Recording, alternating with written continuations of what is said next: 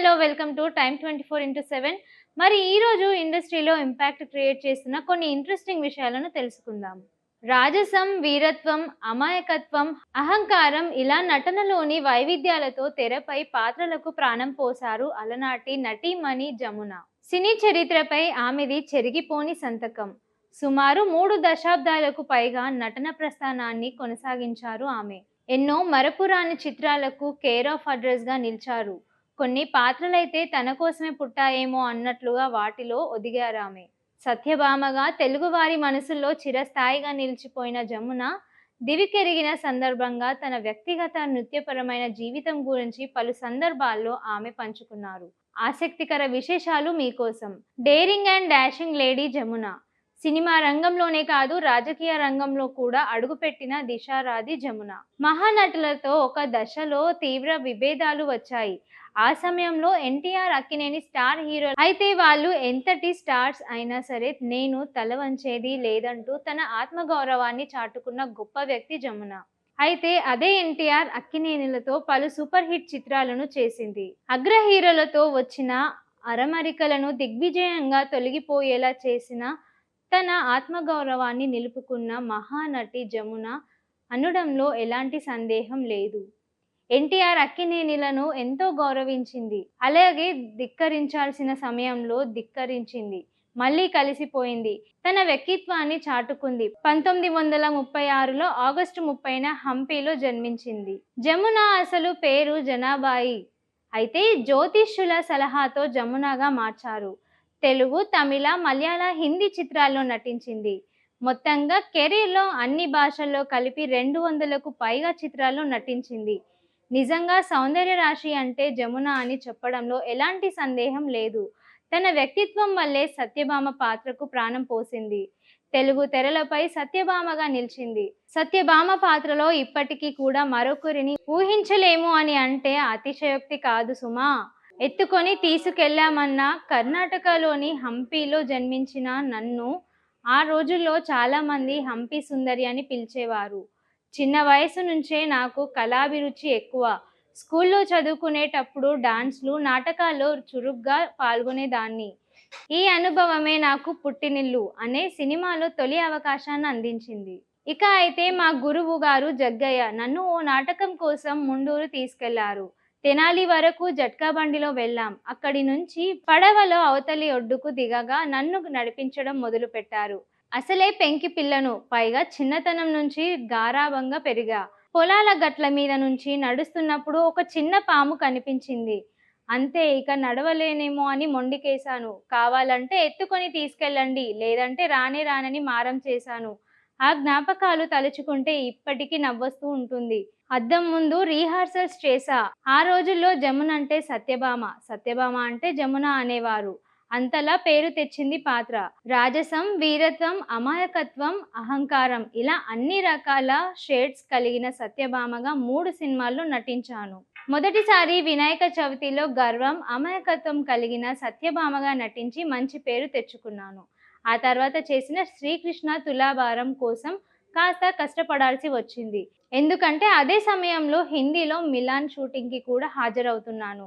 పగలంతా ఈ సినిమా చిత్రీకరణలో పాల్గొనడం, రాత్రుల్లో సత్యభామ పాత్ర కోసం ఇంట్లో రిహార్సల్స్ చేసేదాన్ని. అద్దం ముందు నిల్చొని పద్యాలు పాడుతూ సత్యభామగా నన్ను నేను ఊహించుకునేదాన్ని. ఇక 3వసారి శ్రీకృష్ణ విజయంలో నటించాను. ఒక్కో పాత్రకు నటనలో పరిణితి ప్రదర్శిస్తూ చేసి ఈ 3 పాత్రలు నాకు మంచి పేరు తెచ్చిపెట్టాయి. ఆ 4 ఏళ్ళు నిరాశ పడలేదు. పెద్ద హీరోల పక్కనే నటించాలని నేనెప్పుడు నియమం పెట్టుకోలేదు. పాత్రలకే ఎక్కువగా ప్రాధాన్యం ఇచ్చేదాన్ని. అందుకేనేమో ఎక్కువ కాలం పాటు ఈ పరిశ్రమలో కొనసాగే అదృష్టం నన్ను వరించింది. అయితే జీవితంలో సుఖదుఖాల పట్లే కెరీర్లను ఎత్తుపోట్లు ఉంటాయి. నా సినీ జీవితంలోని అలాంటి పలు ఘటనలున్నాయి. ఓ దశలో ఆగ్ర కథానాయకులిద్దరూ నటించకూడదని భీష్మించు కూర్చున్నారు. అయినా ఓ హీరోయిన్గా నేను ఏనాడు నిరాశ చెందలేదు. నిజానికి ఈ 4 ఏళ్ళు నా నటనలోని మరో కోణాన్ని ప్రేక్షకులకు పరిచయం చేసే అవకాశం నాకు దొరికింది. కొంతమంది నిర్మాతలు నన్ను హీరోయిన్గా పెట్టి మహిళా ప్రాధాన్య చిత్రాలు మాత్రమే తీశారు. మరికొన్నిసార్లు కొత్తగా వచ్చిన హీరోల సరసన నటించాల్సి వచ్చింది. అలానే నేను చేసి లేత మనసులు, పాల మనసులు, పెళ్లి తాంబూలం వంటి చిత్రాలు నాకు మరిన్ని విజయాలు అందించాయి. పెళ్ళయ్యాక అందం పెరిగింది. ఇప్పుడే కాదు, పెళ్ళయ్యాక సినిమా తారలకు కెరీర్ ఉందని, లావెక్కిపోతారని, అందం తగ్గిపోతుందని అప్పట్లో కూడా ఒక రూమర్ ఉండేది. కానీ నా విషయంలో మాత్రం అలా జరగలేదు. ఇంకా చెప్పాలంటే పెళ్ళయ్యాక నా అందం రెట్టింపయిందనేవారు. ఈ క్రమంలోనే పెళ్ళయ్యాక నేను నటించిన శ్రీకృష్ణ తులాభారం, పిల్లలు పుట్టాక శ్రీకృష్ణ విజయం వంటి చిత్రాలు నాకు మరపురాని విజయాలను తెచ్చిపెట్టాయి. అమ్మతో జ్ఞాపకాలు ప్రత్యేకం. తెరపైనే కాదు, నిజ జీవితంలోనూ ఎంతో సరదాగా యాక్టివ్గా ఉండేవారు జమున.